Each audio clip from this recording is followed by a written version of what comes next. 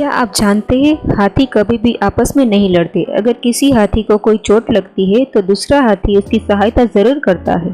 अगर किसी झुंड का एक हाथी मर जाए तो सारा झुंड अजीब अजीब तरह से गरज कर शोक मनाता है। हाथी को साफ सुथरा रहना बहुत पसंद है और वो हर रोज नहाते हैं। हाथी अपनी सूंड से एक फर्श पर गिरा छोटा सा सिक्का भी उठा सकता है। हाथी के इतने बड़े कान होने के बावजूद भी हाथी की सुनने की क्षमता कम होती है। हाथियों का जीवन काल मनुष्य की तरह ही 70 साल तक का होता है। हाथी आमतौर पर 6 किलोमीटर प्रति घंटा की रफ्तार से चलते हैं।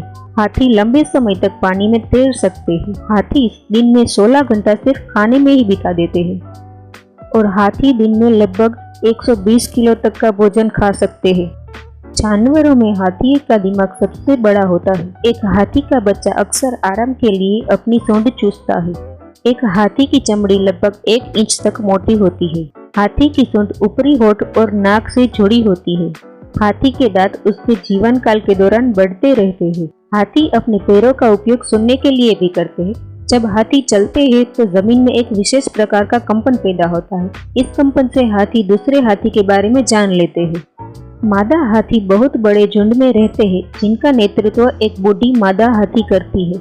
नर हाथी 12 से 15 साल की आयु के बीच झुंड छोड़ देते हैं। जवान अफ्रीकन हाथी का वजन लगभग 6000 किलोग्राम होता है, जबकि भारतीय हाथियों का वजन 5000 किलोग्राम होता है। जवान अफ्रीकन हाथी की लंबाई 13 फीट तक का बढ़ जाती है और भारतीय हाथियों की 10 फीट। अफ्रीकन हाथियों के कान भारतीय हाथियों से बड़े होते हैं।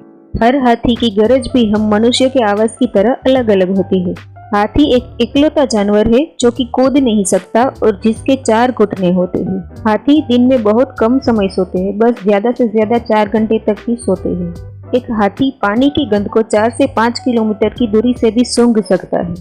हाथियों में यौवन अवस्था आमतौर पर 13 से 14 साल की आयु में शुरू हो जाती है। हाथी लेट कर नहीं बल्कि खड़े खड़े होकर ही सोते हैं।